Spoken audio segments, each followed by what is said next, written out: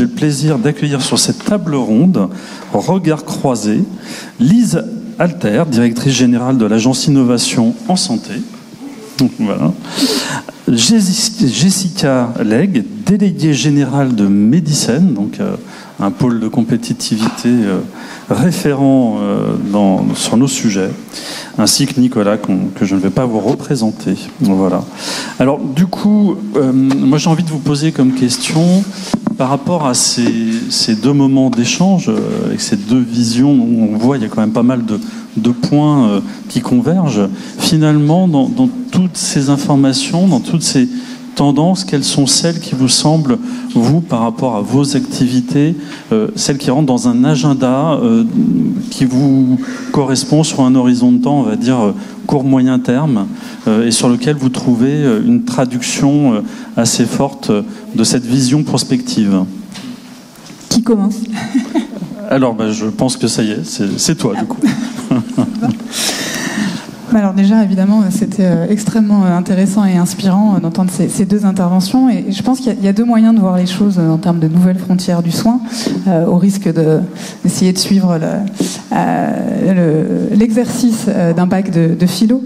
D'abord, un moyen de le voir, c'est effectivement que les frontières du soin bougent énormément depuis quelques dizaines d'années. Si on prend une aire thérapeutique comme l'oncologie, par exemple, en 50-60 ans, on est passé de la chirurgie, la radiothérapie, la chimio, la thérapie ciblée, maintenant l'immuno, avec des résultats et des progrès attendus extrêmement importants. On voit que les frontières bougent, les frontières du soin, elles sont plus vraiment seulement liées à la biologie, puisqu'on est capable de synthétiser des organes artificiels, de faire de l'impression 3D pour produire des tissus et des 3D et des organes à transplanter. Elles sont plus liées à notre patrimoine génétique, puisqu'on est capable de synthétiser de l'ADN, comme le fait DNSCrypt par exemple, ou de modifier des gènes pour pouvoir traiter, voire prévenir des maladies. Les frontières, c'est plus non plus la peau, la barrière du corps, puisqu'on est capable maintenant de faire des robots mini-invasifs pour faire des interventions sans avoir à ouvrir, comme le fait le robot de Quantum Surgical qui vient d'avoir son marquage CE. C'est plus non plus le lieu du soin, c'est plus le cabinet de consultation, puisqu'on est capable de faire de la télémédecine, de la téléconsultation. C'est plus le lieu de l'intervention, puisqu'on peut faire de la téléexpertise, faire appel à des professionnels à distance dans d'autres pays. C'est plus le temps non plus, puisqu'on n'est plus limité à la mesure de paramètres seulement pendant le temps de l'examen. On peut, et vous le mentionniez tout à l'heure, prélever certains paramètres de santé en continu. On a même des entreprises qui viennent de la grande consommation qui arrivent sur le marché de la santé pour pouvoir mettre ça à disposition du plus grand nombre. Et ça aide le diagnostic plus précoce et ça aide le soin et le suivi des patients. C'est plus non plus la connaissance, le manque de connaissance des patients, dans un système dans lequel le médecin était le sachant et le patient arrivait complètement naïf, on l'a vu, alors avec toutes les problématiques que ça pose. Donc on peut voir ça sur cette valence-là très forte en matière d'innovation.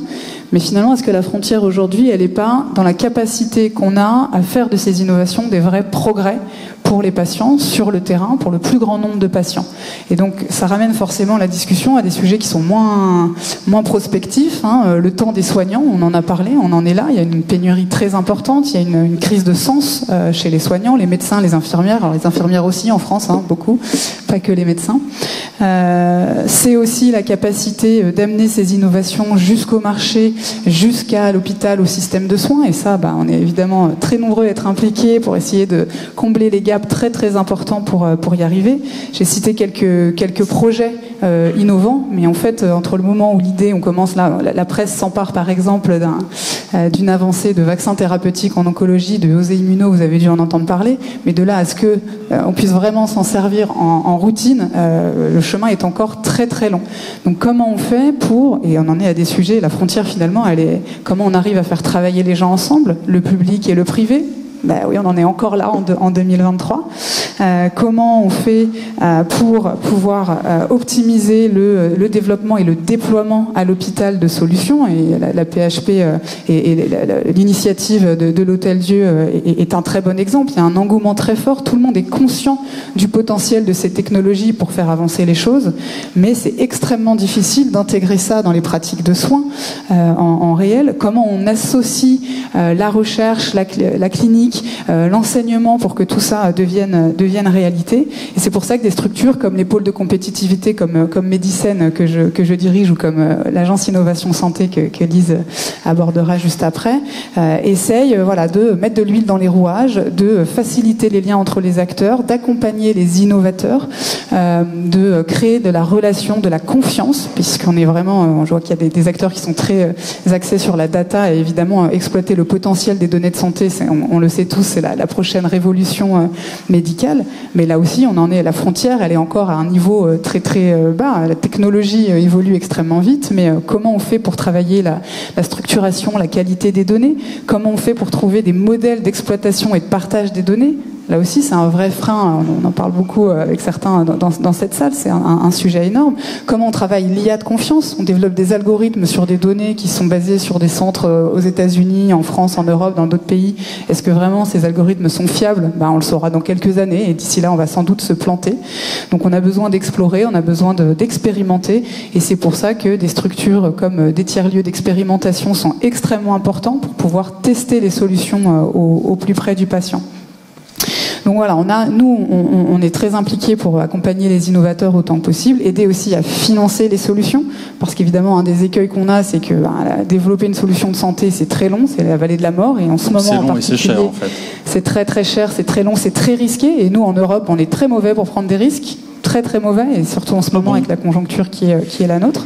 Je suis désolée de parler de ce sujet qui fait moins rêver, mais malheureusement c'est la réalité dans laquelle on est aujourd'hui. C'est un sujet pour pouvoir s'aventurer au-delà des frontières. Si on n'est pas en capacité de prendre des risques, c'est compliqué malgré tout. Ça reste un vrai sujet.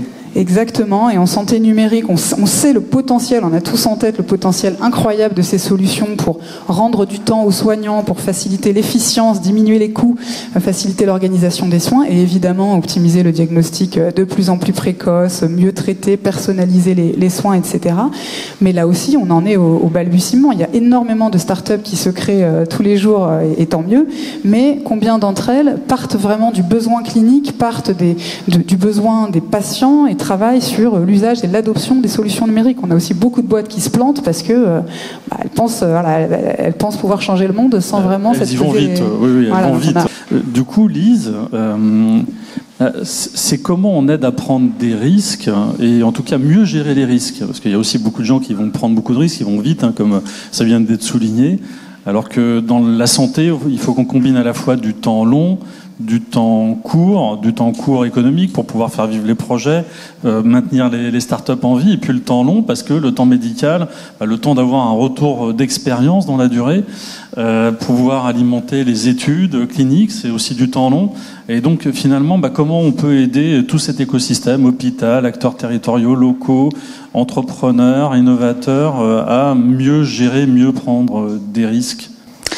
Oui, c'est effectivement une très bonne question. Donc, tout d'abord, tout comme Jessica, dont je partage vraiment entièrement le constat et l'analyse, donc je ne vais pas répéter tout ce qu'elle a indiqué, évidemment, et merci pour votre présentation, ainsi que professeur Rabot, extrêmement inspirante. Effectivement, les frontières aujourd'hui, plus que des frontières, il y a un certain nombre de barrières, effectivement, liées à l'espace-temps, d'une certaine façon. C'est une course de haies, en fait. Comment ? C'est une course de haies, en fait. Ouais, c'est un petit peu ça.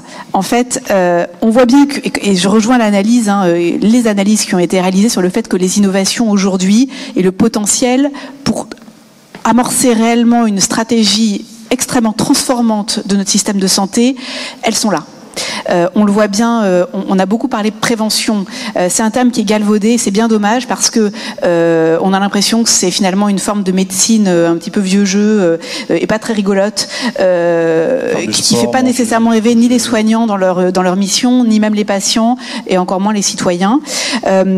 Alors que c'est là même que l'innovation de demain va émerger et va réellement permettre de transformer le système. Pour vous donner des exemples très concrets, quand on parle de prévention primaire, par exemple, elle est là au quotidien et les innovations existent, que ce soit avec des entreprises comme WeThings qui ont mis en place des dispositifs connectés, Yuka même, quand vous allez faire vos courses au supermarché, ça vous permet de regarder un petit peu et de contrôler votre consommation. Des entreprises comme Synapse qui gèrent notamment à travers la connaissance des effets indésirables des médicaments qui préviennent un certain nombre de risques. De la même façon sur la prévention secondaire, avec des entreprises comme Kiro, par exemple, qui réussissent sur la base d'analyse de données biologiques à identifier des patients qui peuvent être à risque de développer des maladies comme l'insuffisance rénale, par exemple, ou bien en prévention tertiaire, et on en a beaucoup parlé récemment avec la levée de fonds de Tribun Health, ou bien des entreprises comme Incepto également, qui permettent là encore d'avoir des prises en charge beaucoup plus adaptées et éviter des complications. Avec par exemple des dispositifs de télésurveillance qu'on a déjà cités, Implicity, Résilience et autres. Donc on voit bien que les innovations, elles sont là. Et si j'allais dire le cadre général et la stratégie globale en matière de santé en France, et surtout l'ensemble des efforts par le régulateur sont faits de façon efficace et efficiente, on peut réussir vraiment à engendrer une logique transformante qui, à terme, aura même des bénéfices.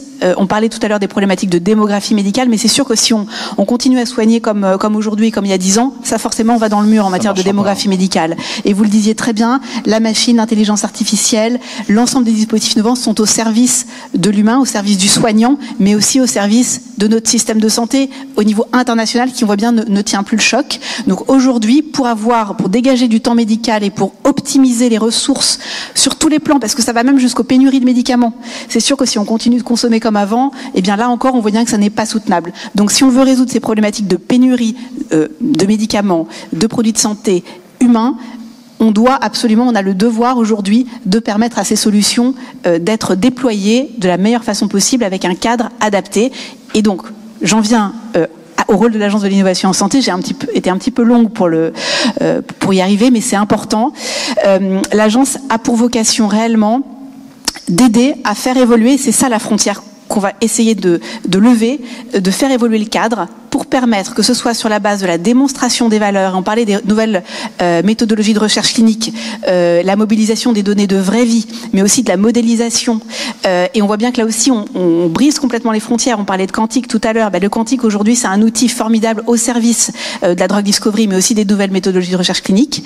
Donc c'est vers ça qu'il faut qu'on aille. Évidemment, ça sera peut-être pas aussi optimal sur le plan méthodologique qu'un essai clinique contrôlé randomisé, mais on n'a plus les moyens aujourd'hui, tout simplement, de s'en passer. Et encore une fois, je pense qu'il faut qu'on ait une mesure, y compris dans les choix qui sont faits en matière d'évaluation.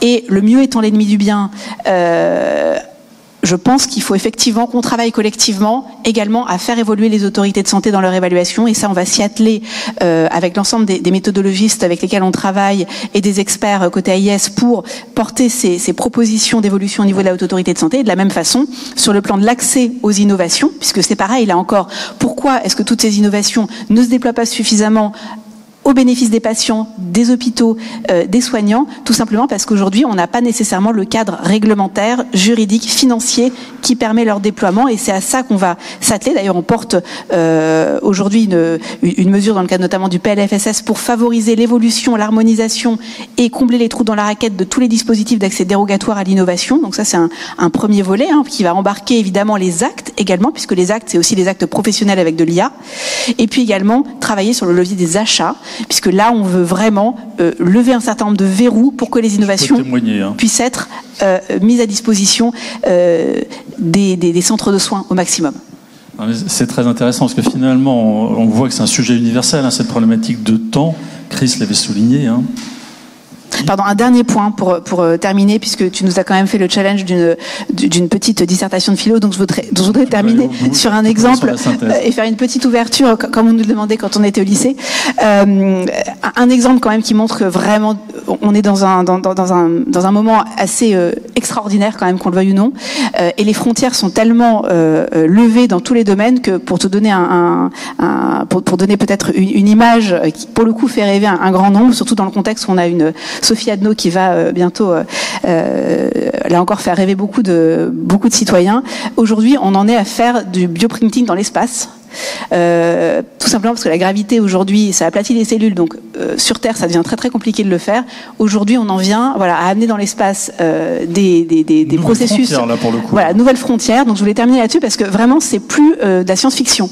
Vraiment, les nouvelles frontières, ça se traduit quasiment au quotidien, et on a besoin de toutes les compétences là aussi de faire tomber un certain nombre de barrières. Vous parliez de l'éducation, et je pense que tout ça, ça doit aussi se traduire dans l'éducation, parce qu'il nous faut des compétences extrêmement diverses. Et un médecin aujourd'hui, certes, ça doit être un bon technicien, et il doit avoir appris, évidemment, et je vous rejoins, à savoir le diagnostic, mais il doit être ouvert aussi aux sciences dures, et comprendre comment fonctionne l'IA pour pas être réduit finalement à une nature qui serait pas nécessairement suffisante au vu de la mission qui lui est confiée de prendre soin des patients. Ouais, c'est un mot que je trouve intéressant, le mot de science-fiction, parce que c'est vrai qu'il y a encore quelques années, beaucoup de choses nous paraissaient réellement du domaine de la science-fiction, du point de vue de la chirurgie, de certains traitements, de l'IA, on vient de l'évoquer, etc. Et pour le coup, c'est plus de la science-fiction. Enfin, c'est vrai qu'il y a beaucoup de ces sujets. Aujourd'hui, on a des essais cliniques, on a des mises en marché, on a des marquages ECE. Enfin, toutes les startups là que tu viens d'évoquer, elles ont ça en commun d'avoir aussi fait des preuves scientifiques ou médicales assez fortes. On n'est plus dans des techno-gadgets, clairement. On est vraiment dans de la techno qui amène une valeur médicale. Et pour le coup, ça veut dire aussi qu'il y a un sujet d'appropriation par rapport à toutes ces technologies. Est-ce que cette science-fiction te semble pas un peu en décalage de la réalité du quotidien, et comment la rapprocher finalement pour qu'elle devienne aussi une réalité en termes de promesses certes, mais aussi en termes opérationnels dans des hôpitaux que tu connais bien? Merci David, je trouve que c'est une très bonne question.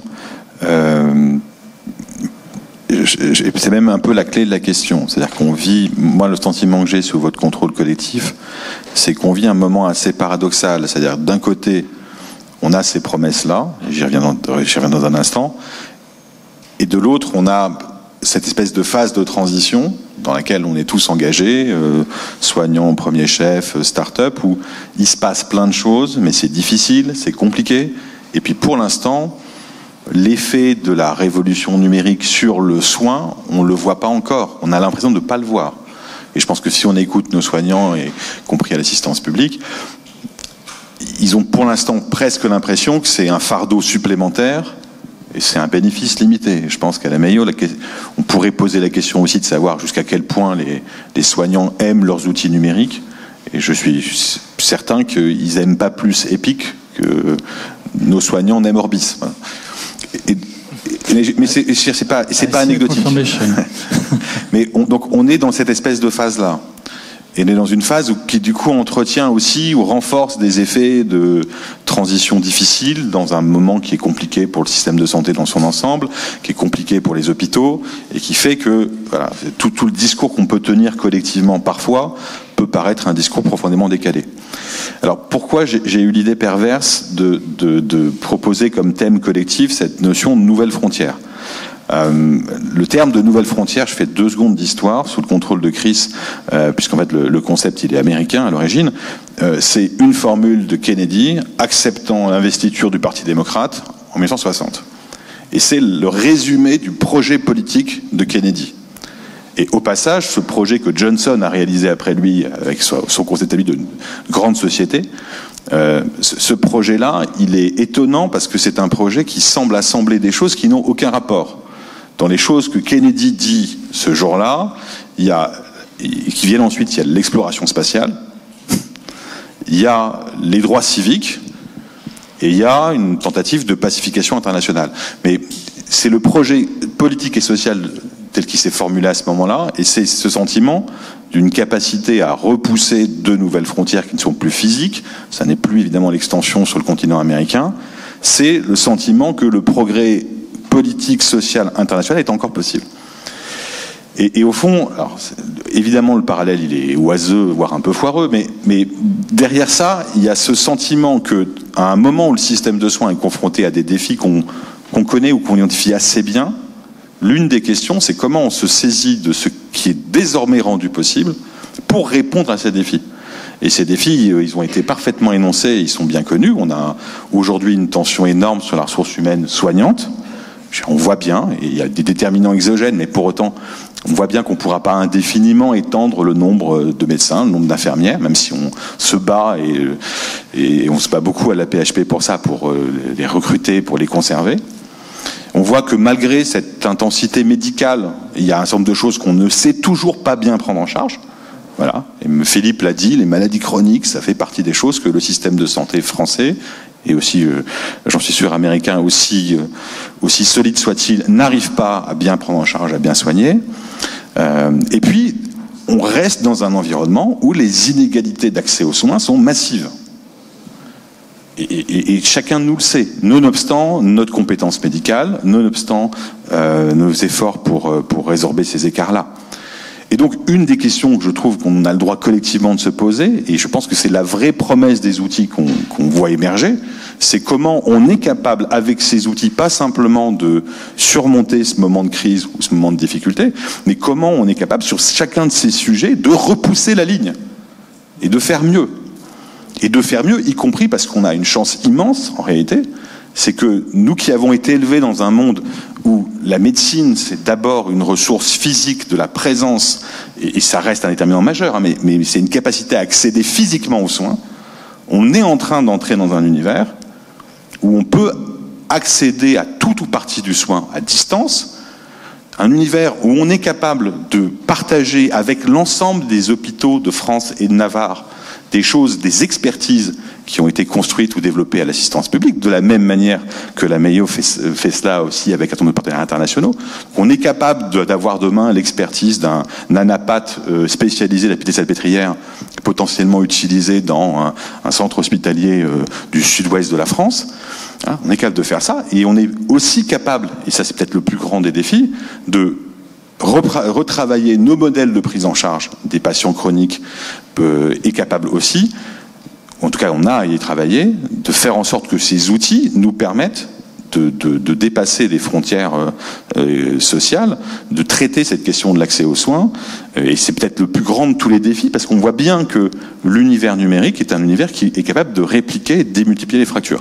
Voilà. Et donc l'ultime challenge, me semble-t-il, de ces nouvelles frontières, c'est comment on est capable de mettre le numérique non pas au service de ceux qui sont déjà aujourd'hui les mieux soignés, même s'il faut le faire, mais comment on est capable de construire des séries d'outils qui permettent effectivement d'aller mieux suivre un patient précaire ou allophone. Et avant que tu fasses ton habile transition, c'est aussi pour cette raison que dans le programme qu'on a construit sur ces 2 journées, on consacre un temps spécifique demain en fin de matinée à cette dimension-là. Comment on utilise des outils de communication instantanée pour suivre des patients précaires dans Seine-Saint-Denis, dans 5, 10, 15 langues différentes. Voilà. Mais donc, pour résumer et pour conclure sans ouverture, parce que je n'ai pas le talent de Lise, je pense que la vraie question, c'est celle-là, et qu'il faut qu'on arrive collectivement à se dire qu'une partie de notre sujet, c'est comment on construit, on élabore une vision, un projet collectif autour de cette transfo technologique. Et une fois qu'on aura fait ça, on a besoin de ça en même temps qu'on fait le travail remarquable et admirable auquel Lise s'attelle, auquel Jessica s'attelle, auquel nous-mêmes on s'attelle, qui est d'essayer de travailler sur toutes les briques indispensables pour réussir à faire ça. Parce que la vraie difficulté, c'est que ce que je décris, c'est un double saut au périlleux arrière sans les mains, ce qui est un exercice intéressant à faire, mais par définition, il ne se fait pas, évidemment, il ne se fait que par des 50, 100, 150 déplacements en même temps, et effectivement, on va avoir besoin de travailler sur la biologie médicale, y compris avec des gens comme Kiro, le suivi comme d'autres, etc. Aujourd'hui, c'est quand même encore perçu par beaucoup de professionnels de santé, voire de patients, comme des charges mentales additionnelles que d'avoir toutes ces informations. Chris évoquait là, les milliers de mails que recevaient les médecins, avec une incapacité juste physique et humaine de frontières temporelles dans la journée, de 24 heures, pour pouvoir répondre à toutes ces demandes. Et on a aussi des patients qui se plaignent de plus en plus d'avoir de la technologie qui risque de servir de moyen pour dire finalement vous n'avez pas accès à du temps médical, prenez ce robot, il va s'occuper de vous, et voilà, on a résolu le problème. Donc il y a aussi ce sujet qui émerge de plus en plus. Et finalement, on revient au sujet de fond qui est comment est-ce qu'on crée du temps médical disponible. On voit que cette capacité est fini aujourd'hui en France, mais aussi au niveau international et aux États-Unis.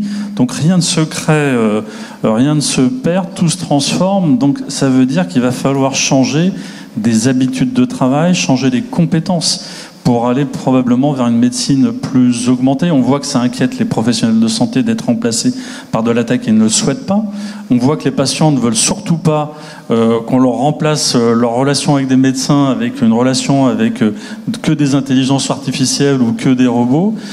Finalement, comment vous voyez ces évolutions de pratiques et d'habitudes? Parce que finalement, c'est une relation à deux entre le professionnel de santé et le patient. Voilà, nouveau sujet du bac. Il y a deux niveaux. Il ne faut pas oublier quand même, c'est peut-être une partie de la réponse qui est pas satisfaisante, j'en conviens, mais la question qui effectivement mérite d'être posée dans un idéal où on a effectivement des médecins qui sont capables de répondre à toutes les sollicitations en présentiel, avec des rendez-vous médicaux qui sont dans des temps acceptables et avec un temps également acceptable. Et je pense notamment, ça a été évoqué tout à l'heure, la santé mentale. Effectivement, l'idéal, et on aimerait tous qu'on ait un médecin à côté de chez soi qui soit disponible. Le problème, c'est qu'aujourd'hui, en fait, et c'est pas demain, c'est aujourd'hui, ça n'existe plus, ou ça n'est pas possible.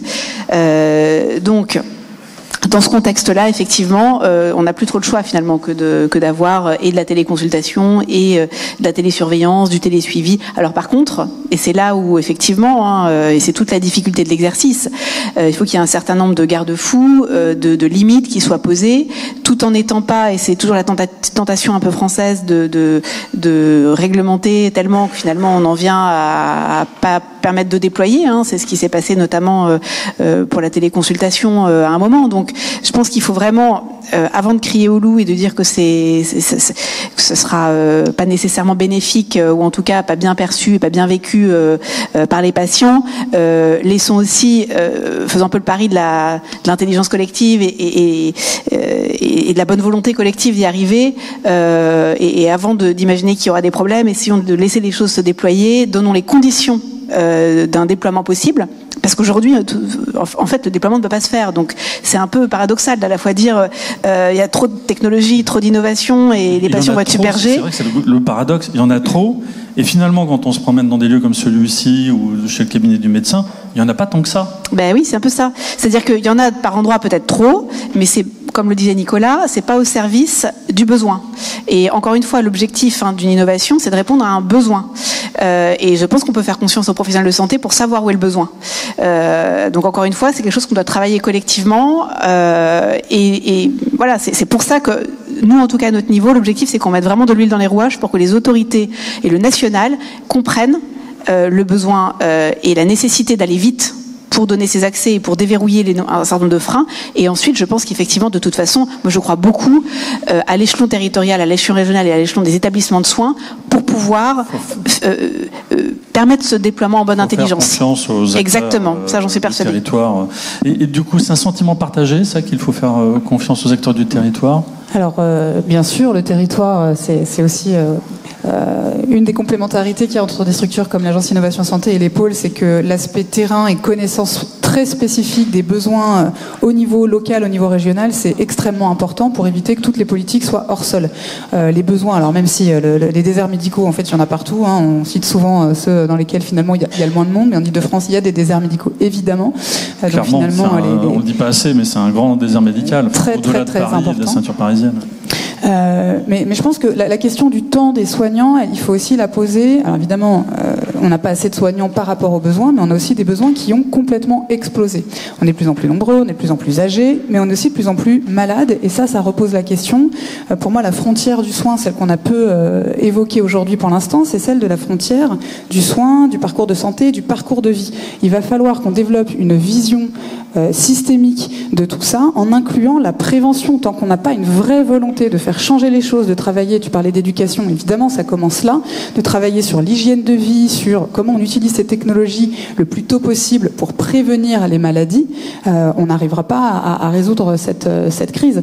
Et la question de comment, en 10 ou 15 minutes avec mon patient, j'arrive à prendre en compte des choses qui sont au-delà du strict résultat clinique, elle est aussi extrêmement importante, puisqu'aujourd'hui, il y a des études qui sont menées et qui montrent que s'intéresser à des dimensions plus larges de la vie du patient, sa vie, son sommeil, sa douleur, sa vie sexuelle, sa vie sociale, c'est parfois aussi efficace que la dernière molécule qui vient de sortir sur le marché. Et d'ailleurs, là-dessus, je pense qu'aux États-Unis et notamment à la Mayo Clinic, on a des choses à apprendre, parce qu'en France, on n'a pour l'instant pas pris le taureau par les cornes de ce sujet-là. Alors, qui coûte très cher. Alors du coup, comme on a parlé de local, j'ai envie de profiter du lieu pour demander à Julie, qui connaît, qui nous accueille ici, justement une réaction par rapport à ça, par rapport à ces enjeux locaux, l'innovation par le... dans un environnement médical. Merci beaucoup. Ce que j'ai trouvé vraiment très intéressant, qui a été repris par vous tous, c'est la notion de, finalement, c'est pas l'innovation en tant que telle qui sera le progrès, mais finalement la façon dont on s'en saisit, et la façon dont on l'intègre dans les parcours et au plus près de nos patients. Moi, je vais regarder ça vraiment de mon point de vue, de mon référentiel, en tant que directrice d'hôpital et directrice de cet hôpital.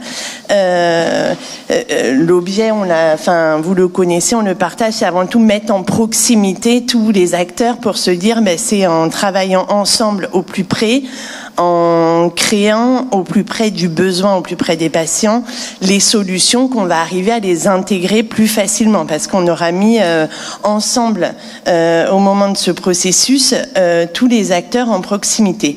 Pour autant, et je rebondis sur ce que disait Lise, et c'est vraiment... pour autant, on est quand même aujourd'hui, alors même qu'on pousse vraiment, j'ai l'impression, tous dans le même sens et qu'on partage, très mal outillés pour passer ce petit cap qui est le test simple du dispositif innovant, du dispositif connecté au plus près des patients. Je poursuis juste, on a quand même aujourd'hui des contraintes, entre guillemets, on a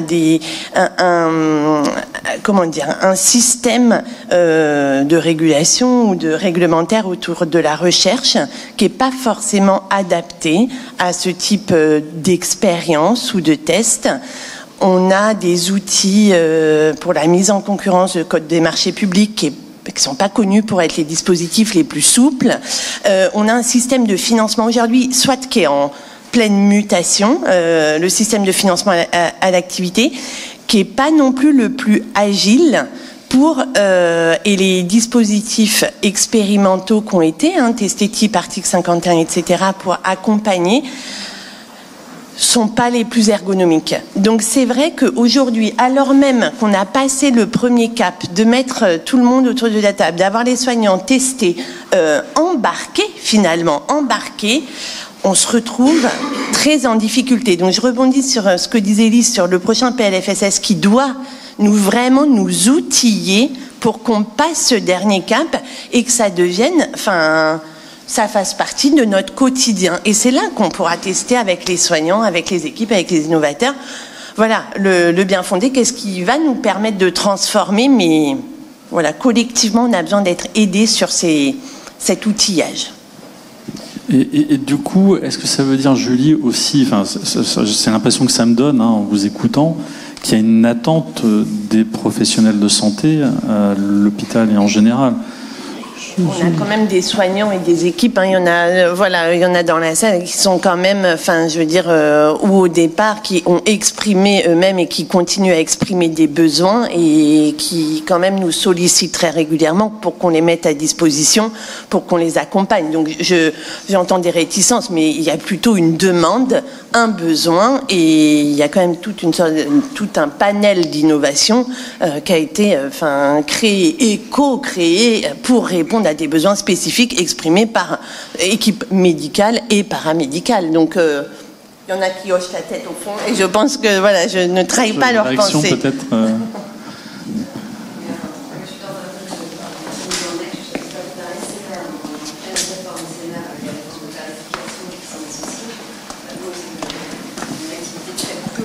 partenaires, les médecins, les docteurs, les soignants, voilà, qui tous ont des bénéfices. Merci. Tous ont des bénéfices à attendre dans le soin par rapport aux nouvelles technologies. Alors on en rêve.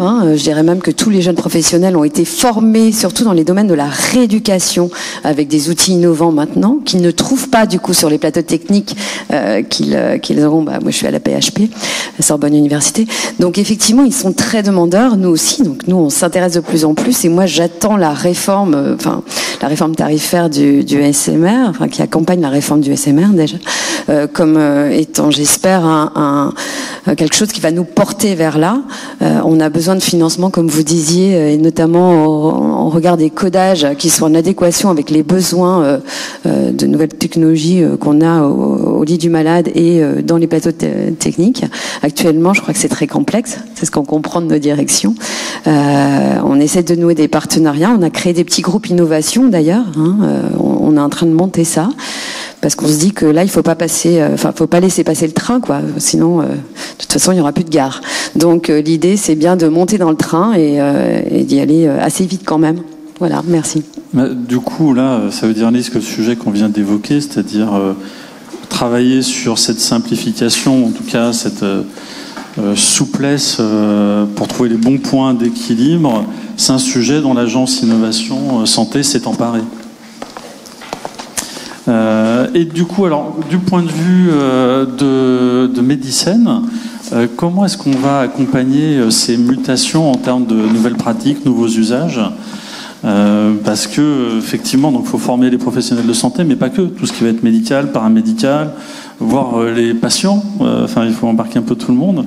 C'est quoi la tendance qui se dessine sur le sujet ? Alors, nous, on prend les choses par le bout déjà des entrepreneurs. Je le mentionnais tout à l'heure un peu sous forme de boutade, mais c'est vrai que c'est très important. Les solutions numériques en santé, elles doivent être conçues le plus tôt possible avec les utilisateurs finaux. Alors, ce que je dis, j'enfonce des portes ouvertes, mais ça nécessite un vrai travail de sensibilisation le plus tôt possible. Souvent. Malheureusement, voilà, elles sont blindées, ouvertes, mais blindées quand même. On a dans la salle des designers, il y a plein de façons d'approcher les choses, mais déjà comprendre qu'une solution, pourquoi, on en parlait tout à l'heure, c'était extrêmement bien dit, dans tous les autres domaines, on a des solutions qui sont extrêmement ergonomiques, on n'a pas besoin de lire une notice pour utiliser Uber ou même Doctolib pour prendre quelque chose de plus proche de notre secteur. Pourquoi, dès que ça concerne quelque chose de plus lié au parcours de soins, il faut que ce soit hyper complexe et du coup ne pas pouvoir s'implanter. Donc nous, on prend le sujet côté entrepreneur pour travailler sur l'anticipation de l'usage et de l'adoption des solutions numériques. Mais la manière dont on sait le faire, nous, puisqu'on a la chance d'avoir tout le monde autour de la table, c'est vraiment de partir des besoins. Ça a été dit aussi ce matin. On a beaucoup de techno-push, de startups qui se créent sans vraiment partir d'un besoin exprimé. Et donc, on essaye de développer des méthodologies qui permettent aux services d'exprimer les besoins et ensuite d'aller chercher les savoir-faire et les compétences dans le pool de startups de l'écosystème. On crée le lien entre les utilisateurs finaux de ces solutions et ceux qui vont les produire. Moi, ce qui m'a aussi frappé dans tout ce qui a été dit en termes de prospective par Philippe et Chris, c'est la dimension de la donnée. On a beaucoup parlé d'IA, finalement d'aller vers une médecine augmentée, pas une médecine remplacée, mais une médecine augmentée, des patients augmentés aussi, pas remplacés. Mais est-ce que ça veut dire aussi qu'il y a des nouveaux paradigmes autour de la donnée ? Est-ce que les hôpitaux doivent devenir des data centers, Nicolas, selon toi, nouveau sujet ? C'est une bonne question. Je trouve, moi je suis assez réticent à prendre le sujet sous l'angle de la donnée en fait. Je pense qu'il y a très évidemment la donnée au centre de tout ce qui est en train de se passer. Il n'y a pas de discussion là-dessus. Il est très clair qu'un certain nombre de promesses sont attachées à ça. Le problème de la donnée, à mon sens, c'est que c'est un concept abstrait et puis c'est un concept anxiogène en réalité. C'est-à-dire, on voit pas ce que c'est. On comprend juste que c'est associé à une personne et que ça permet de parler d'elle. Et on voit bien que ça circule et que donc il y a un risque toujours de circulation excessive. Donc je reviendrai. Je pense que prendre le sujet comme ça, c'est le prendre en fait sous un angle qui est un angle qui, en tout cas dans notre culture européenne et française, est un angle qui est très rapidement bloqué ou bloquant, parce que la question c'est et au fond du coup il faut travailler des notions de circulation, bien commun. On voit bien que c'est difficile. Deuxième commentaire rapide, mais on en parlait en aparté. Moi, ce qui m'a frappé, Chris a eu l'immense gentillesse de nous accueillir à la Mayo pendant plus d'une journée et demie. On a eu la chance aussi grâce à Sandrine, d'échanger avec la Cleveland Clinic. Moi, ce qui me frappe, c'est ces partenariats très forts faits entre les grands hôpitaux américains et des grands offreurs de cloud et de services. Sous le contrôle de Chris, la Mayo Clinic travaille avec Google. De mémoire, la Cleveland Clinic travaille avec IBM. On voit, voilà, je pense que ça fait partie des choses qui aujourd'hui permettent à ces hôpitaux-là, qui sont parmi les leaders mondiaux, d'aller vite. Je serais intéressé d'ailleurs d'avoir une vision du partenariat ou de comment ça marche pour vous, et est-ce que vous êtes satisfait ou pas de cette relation? Est-ce que comment marche la relation entre la Mayo et Google, et est-ce qu'il y a un bon équilibre à votre sens? Est-ce que vous y retrouvez vos petits? Mais peut-être que Chris pourra répondre à la question ensuite. Chris? Désolé pour certainement, pouvez-vous... On the Mayo-Google partnership, does it work? It does. We're very different organizations, and we've discovered a couple of things. One is they are not a company that knows, this sounds crazy, but they're not a company that knows how to produce products and complete them. They have 7 core products, search, YouTube, maps, etc.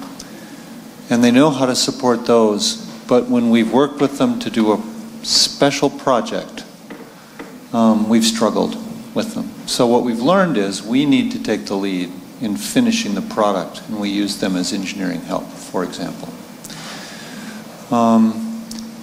With respect to their technology, it's been just fine. We are very dependent on their investment in a healthcare data model in their environment that allows us to not build things ourselves, but use what they've already been built. The other issue is they want to have lots of partners, and we want to have one partner. And that always causes problems. So we had a meeting of our joint steering committee yesterday, and we exchanged very candid views with each other about what works and what doesn't. We had a meeting between our CEO and the CEO of Google, Sundar Pichai, last week. So you have to pay attention to it. You have to keep working on it. Merci. With all this discussion, it's a very human enterprise. Everything we're doing. Take away the technologies, it's a very human thing. Merci beaucoup, Chris. Je pense que c'est d'autant plus intéressant que ça nous montre que s'il suffit pas de mettre ensemble une entreprise comme Google et un hôpital comme la Mayo, ça peut quand même nous rassurer collectivement. Au-delà du fait que notre modèle n'est pas celui-là, au-delà du fait qu'il est très clair que l'horizon pour l'assistance publique de Paris ne va pas être de travailler avec tel ou tel offre de cloud américain, ça dit juste que derrière cette question qu'on a explorée par plein de biais de comment on fait cette alliance-là entre technologie et puis simplement soin avec cette dimension fondamentale, est une question qui est nécessairement compliquée pour nous tous. Et si je voulais juste finir par un point, si tu m'y autorises, David, je trouve que quelque part le message qu'en tout cas à titre personnel je voudrais essayer de passer, mais qui est très très cohérent avec ce qu'a dit Lise et le besoin qu'a exprimé Julie, mais je pense qu'on a besoin collectivement, encore une fois, de se dire que l'horizon est un horizon de transformation de la manière dont on soigne pour soigner plus et soigner mieux.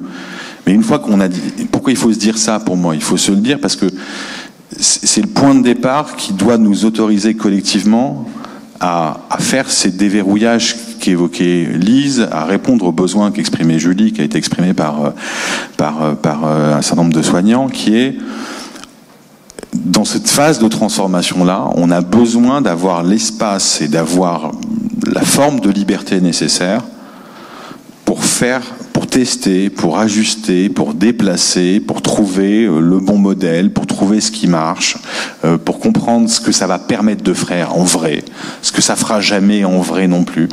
Mais on a besoin de réussir à faire ça. Et c'est tout ce qu'on essaie collectivement de construire sous l'impulsion gouvernementale, mais autour de ces notions de tiers-lieux, autour des notions de partenariat, et dans des relations un tout petit peu différentes. On a besoin de faire ça. On discutait avec Tiffaine, que je dénonce, je vais pas te remettre les lunettes pour la voir, mais pour prendre un exemple, côté IA générative, qui n'est pas le LLM, ça Chris nous l'a bien répété, côté IA générative, en tout cas côté, ce qui est en train de se passer est juste incroyable. On a la chance d'avoir des acteurs français qui sont plutôt très bons. Nabla est un bon exemple de cela. On a une question qui est comment on teste, comment on regarde, qu'est-ce que ça peut vraiment faire, jusqu'où ça peut aller. Si on est dans une logique où on doit se dire avant, alors le schéma global c'est ça, du coup le schéma opérationnel derrière c'est ça, du coup à la fin, intellectuellement je vais tester la brique B1 du puzzle de 2000 pièces, et donc ce test de la brique B1 va répondre à un ensemble de prérequis intellectuels, juridiques, réglementaires, on n'y arrivera pas. Voilà, et donc la question qu'on a, autour de laquelle on tourne tous collectivement, c'est comment d'une part on se donne cette vision d'ensemble qui nous montre, qui nous rassure sur le fait que le but du jeu n'est évidemment pas de réduire la force soignante, c'est le contraire qu'on veut, n'est évidemment pas de, je ne sais pas, suivre le patient jusque dans les tréfonds de sa vie individuelle. C'est évidemment pas ça le sujet. Le sujet, c'est comment des acteurs de soins s'emparent de technologies pour mieux soigner. C'est ça la question. Et c'est pour ça qu'à mon sens, tout ça doit s'ancrer et partir des soignants eux-mêmes, des établissements de santé, des acteurs du système de santé. Il faut qu'on arrive à faire ce mouvement-là.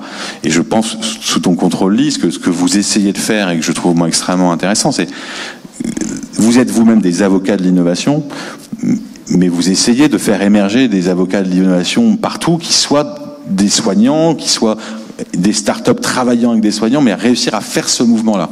Et cette espèce d'incorporation, c'est notre dimension, c'est notre enjeu. Et la vraie nouvelle frontière, c'est celle-là, en fait. On rentre dans une phase de test et d'évaluation. C'est ça. Et peut-être juste pour te répondre, Nicolas, entièrement d'accord avec tout ce qui a été dit, peut-être pour assurer aussi sur l'objectif, c'est que on n'est pas non plus pour une anarchie totale du déploiement, mais c'est pas incompatible, c'est-à-dire qu'on peut et on doit d'ailleurs, et je rebondis encore une fois sur l'intérêt des études observationnelles et de la data comme un outil effectivement au service aussi de la démonstration de tout ce que ces innovations vont apporter, c'est-à-dire qu'on peut mettre des garde-fous suffisamment légers et acceptables tout en déployant de façon précoce et en travaillant sur la démonstration de la performance pour permettre justement, in fine, de choisir les meilleurs modèles à déployer. Donc c'est tout à fait dans le sens de ce que tu dis. Donc on arrive à un moment charnière. En tout cas, merci beaucoup pour tous ces éclairages. Est-ce qu'il y a quelques questions ? Je pense qu'on est un petit peu en retard, donc on va aller très vite sur les questions, comme il y a déjà eu des interventions. Alors, oui. On va amener le micro. Hop. Pardon, micro à patte. Merci. Bonjour à tout le monde. Il y a un sujet humain qu'on n'a pas abordé, c'est le mur des habitudes et le mur des égos. C'est le mur le plus difficile à passer. Dans un premier temps, on a tendance à dire qu'ils ne comprennent rien, et c'est la dernière des choses à faire. En fait, il faut se remettre en question pour essayer de savoir comment on peut justement passer ces murs-là. Je pensais en arrivant, je dis pas sur le marché parce qu'il n'est pas tout à fait encore, je pensais en arrivant sur le marché que ce serait tellement facile parce que ça s'imposait. Et en fait, on a commis beaucoup d'erreurs de perception et il nous a fallu du temps, de l'investissement sans aller faire appel, j'allais dire, à des fonds publics parce que c'était de l'énergie dépensée sans vraiment aucune certitude. Et donc on est parti sur un risque maximum, c'est-à-dire qu'en fait on n'a rien demandé à personne et on a essayé de faire nos propres idées. Après, il faut effectivement s'entourer, il faut penser à sa propre structure et s'entourer de fondations solides avec une multicompétence. Voilà. Et donc aujourd'hui, maintenant qu'on a compris, on va essayer de passer à ce stade sans demander d'argent à personne d'ailleurs pour les expérimentations. Et je pense qu'en apportant la preuve sur le terrain de ce qu'on avance, à la fois nous pour comprendre si quelque part on a bien mis en œuvre, et ensuite pour que finalement cela s'impose sans qu'on ait à convaincre. C'est-à-dire le rêve, et je pense qu'on va y arriver, c'est que les médecins arrivent à dire effectivement tous les freins que j'avais pour pouvoir passer ce cap-là, finalement, il n'y en a pas. Je pensais pas qu'il y a... Parce que globalement, ils vous disent on est saturé, on n'a pas le temps, etc., etc. Voilà. Et donc, cette dimension humaine, et pour nous, tout ce qu'on a dit tous ensemble est très intéressant et je pense partagé par tout le monde. Je pense qu'on converge. Voilà. Et donc, le mur des habitudes est vraiment le mur le plus haut à passer.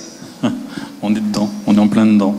Merci pour ce point de chute. Je pense que ça synthétise assez bien tous nos échanges. On va vous... Oui ? Ah. Vous avez tous parlé à chaque fois des mots qui ont été répétés, ces frontières, obstacles, barrières, par rapport à cette médecine de demain digitale. Donc vous avez parlé de frontières, obstacles, barrières par rapport à cette médecine de demain ou d'aujourd'hui qui se dessine. Et la question, en sachant qu'il y a quelques petites remarques, c'est-à-dire que à mettre en tête, c'est que l'évolution de l'histoire de l'humanité, donc c'est exceptionnel depuis 100 ans, que l'évolution technologique est exceptionnelle, exponentielle, comme l'a dit le professeur, et que on sait que la santé, c'est bien aussi bien le bien-être physique, mental, mais social également. Et donc ça regroupe effectivement la grande difficulté à l'échelle de la France, mais du monde, avec la part majeure de la prévention et des facteurs de risque. Parce que si on lutte contre la pollution, par exemple, la drogue, le tabac, l'alcool, on va éliminer plein de morts. C'est essentiel et que l'IA peut jouer un rôle, en tout cas le numérique peut jouer un rôle important. Et que, par ailleurs, ne pas oublier que la médecine, c'est un art. Donc, je suis médecin, clinicien, cardiologue. C'est un art basé, donc, prévenir, dépister, diagnostiquer, traiter, surveiller les maladies. Et elle est basée sur une relation intime qui est basée sur le serment d'Hippocrate, la relation médecin ou soignant-patient. Et enfin, il faut savoir, vous avez posé la question pour les soignants, les soignants dans le monde entier, je suis sûr, que sont toujours demandeurs et partants pour des outils, des moyens humains, technologiques, quels qu'ils soient, pour soigner mieux le patient, pour mieux prendre en charge les patients, chaque patient qu'il a devant lui, avec les meilleurs moyens qu'il y a du jour. Enfin, il y a la problématique des inégalités, c'est vrai, économiques, sociales, aussi bien en France, en Europe, dans le monde, qui joue un rôle majeur, parce que ce qu'on touche là, médecine, santé, c'est l'être humain. L'être humain, il est au centre de tout ce qui existe sur notre planète, donc il touche tous les domaines. Donc la question, donc du coup, simple, d'après vous, parmi les obstacles, il y a des obstacles humains, juridiques, financiers, technologiques, mais technologiques, ça évolue beaucoup. Il y a surtout le juridique, éthique et sécuritaire, je pense, qui bloque beaucoup. Est-ce que vous êtes d'accord? C'est ça. S'il n'y avait pas l'éthique, c'est-à-dire le secret des données du patient, parce que celui qui a les données, dans le monde, c'est énorme. Sans parler de la concurrence États-Unis-Chine dans le domaine numérique qui joue un rôle majeur. Et la question, c'est comment vous voyez, comment vous espérez, comment vous imaginez la médecine dans 30 ans si vous aviez les clés de tout. Voilà, merci. Alors là, ça va être un exercice pas simple parce que c'est un nouveau sujet du bac. Et là, je vais vous demander de faire la réponse en 5 secondes. Peut-être alors très très rapidement, je trouve que vous avez parfaitement raison. Tout ce potentiel technologique, on ne pourra jamais l'exploiter si on ne fait pas évoluer l'humain. Et je prends un exemple, en fait, il y a beaucoup de choses qui sont culturelles. Vous parliez du poids des habitudes, monsieur. Le sujet, on parle de l'ultra-personnalisation de la médecine avec tout ce que les technologies vont nous permettre de faire de mieux en mieux. Mais je prends un exemple très concret qui est aujourd'hui et qui doit évoluer, c'est la santé des femmes. Je sais que ça va être abordé plus tard dans l'événement, et tant mieux.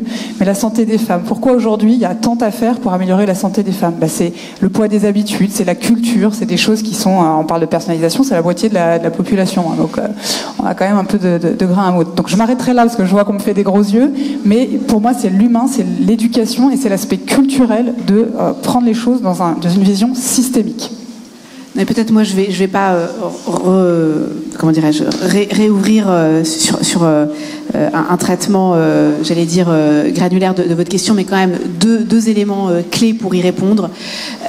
D'une part, l'agence a une vocation interministérielle, et je ne l'ai peut-être pas dit suffisamment, mais l'approche One Health, l'approche holistique, elle est majeure aujourd'hui, y compris au niveau national, pour permettre d'aborder les sujets, non pas en les traitant case après case, comme Nicolas l'indiquait, mais avec une vision globale pour justement amorcer ces changements culturels qui ne peuvent pas se faire par touches successives, mais qui doivent vraiment avoir cette vision d'ensemble pour permettre ensuite, lorsqu'on va déverrouiller un sujet, d'en comprendre les impacts pour un domaine connexe, parce que finalement, tout est lié, donc la vision holistique, elle est très importante, et cette fameuse approche One Health où on va de plus en plus, paradoxalement, vers de l'hyper et de l'ultra personnalisé, mais aussi vers une connexion des différents enjeux, éducation, recherche, industrialisation, innovation, soins, et c'est vraiment, moi je voudrais juste terminer sur cette approche vraiment et de connexion vraiment très globale qui va nous permettre, je pense, d'amorcer des évolutions culturelles, mais qui doivent nécessairement être portées aussi au niveau stratégique national. Eh bien, merci à tous. Voilà, je pense qu'on peut les applaudir.